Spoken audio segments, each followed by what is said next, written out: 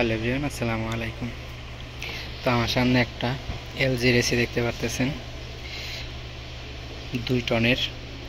তো এই সেটের প্রবলেম হলো যে কম্প্রেসারটি দেখতেছেন, এই কম্প্রেসারটা কিন্তু চলে, বাট পাম্পিং ডাউন হয়ে গেছে এই কম্প্রেসারটা।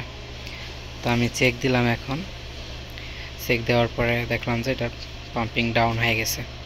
তো এই কম্প্রেসারটি চেঞ্জ করে এখন আমি এই কম্প্রেসারটি লাগিয়ে দিব এই এসিতে।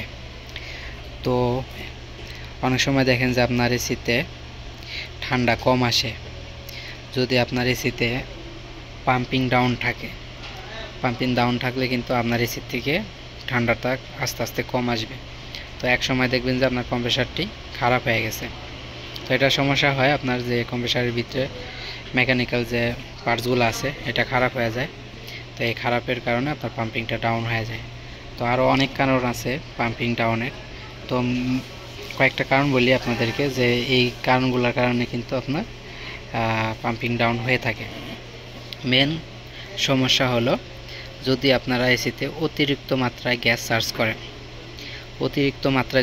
সার্চ করেন, সেক্ষেত্রে কিন্তু আপনার কম্প্রেসার মনে করেন 99% পাম্পিং ডাউন হওয়ার সম্ভাবনা আছে।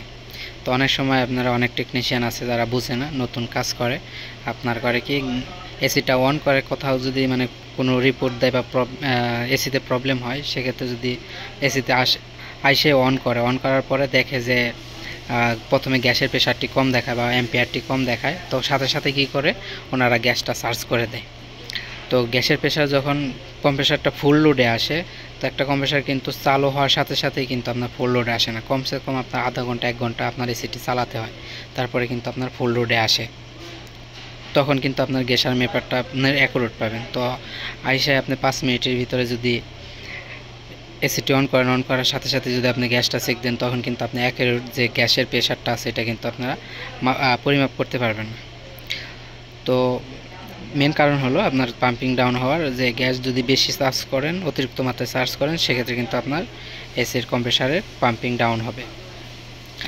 আরেকটা রিজন হলো, এক তো গেল আপনার গ্যাসের কারণে, আরেকটা হলো যদি আপনার কম্প্রেসার যদি হিট হয়, কোনো কারণবশত যদি কম্প্রেসার হিট হয়ে আপনার কম্প্রেসারের যে তেল আছে, এই তেলটা যদি গ্যাসের সাথে মিশ্রণ হয়ে যায়, তখনও কিন্তু আপনার কম্প্রেসারের উপরে প্রেশার পড়ে। যদি কম্প্রেসার ওভার হিট হওয়ার পরে যদি কম্প্রেসারের যে তেলটা আছে, এই তেলটা যদি বের হয়ে যায়, অতিরিক্ত মাত্রায় বের হয়ে যায়, তারপর গ্যাসের সাথে মিশ্রণ হয়, ওইটা কিন্তু তখন আপনার গ্যাসের প্রেশারটা কিন্তু বেশি হয়। তো এই অবস্থাতেই যদি আপনার কন্টিনিউয়াসলি আপনার এসিটি চালাতে থাকেন, তখন কিন্তু আস্তে আস্তে আপনার পাম্পিং ডাউন হয়ে যাবে, আপনার কম্প্রেসারের পাম্পিং ডাউন হয়ে যাবে। তারপর কোথাও যদি আপনার সামান্য ব্লক থাকে, সেক্ষেত্রেও কিন্তু পাম্পিং ডাউন হওয়ার সম্ভাবনা আছে। যদি ধরেন কোথাও ব্লক আছে, গ্যাসটা অল্প বের হচ্ছে, কিন্তু প্রপারভাবে আপনার গ্যাসটা সার্কুলেশন করতে পারতেছে না, তো কম্প্রেসারটি রানিং চলতেছে, এইভাবে যদি দীর্ঘদিন চলে, তারপরেও কিন্তু আপনার কম্প্রেসারে পাম্পিং ডাউন হয়ে যাবে। তো আরও অনেক বিষয় আছে আপনার পাম্পিং ডাউন হওয়ার। আপনারা যারা কাজ করেন তারা দেখে শুনে কাজ করবেন, বুঝে শুনে কাজ করবেন। আই হোপ আপনারা কোনো সময় বিপদের সম্মুখীন হবেন না। আর যারা এসি সার্ভিসিং করান, তারা অবশ্যই ভালো টেকনিশিয়ান দিয়ে তারপর সার্ভিসিং করাবেন, কম টাকার ভিতরে যাবেন। একজন দক্ষ টেকনিশিয়ানের দ্বারা আপনারা আপনার এসিটি সার্ভিসিং করাবেন। তো এই ছিল ভিডিও, সবাই ভালো থাকবেন, আল্লাহ হাফেজ।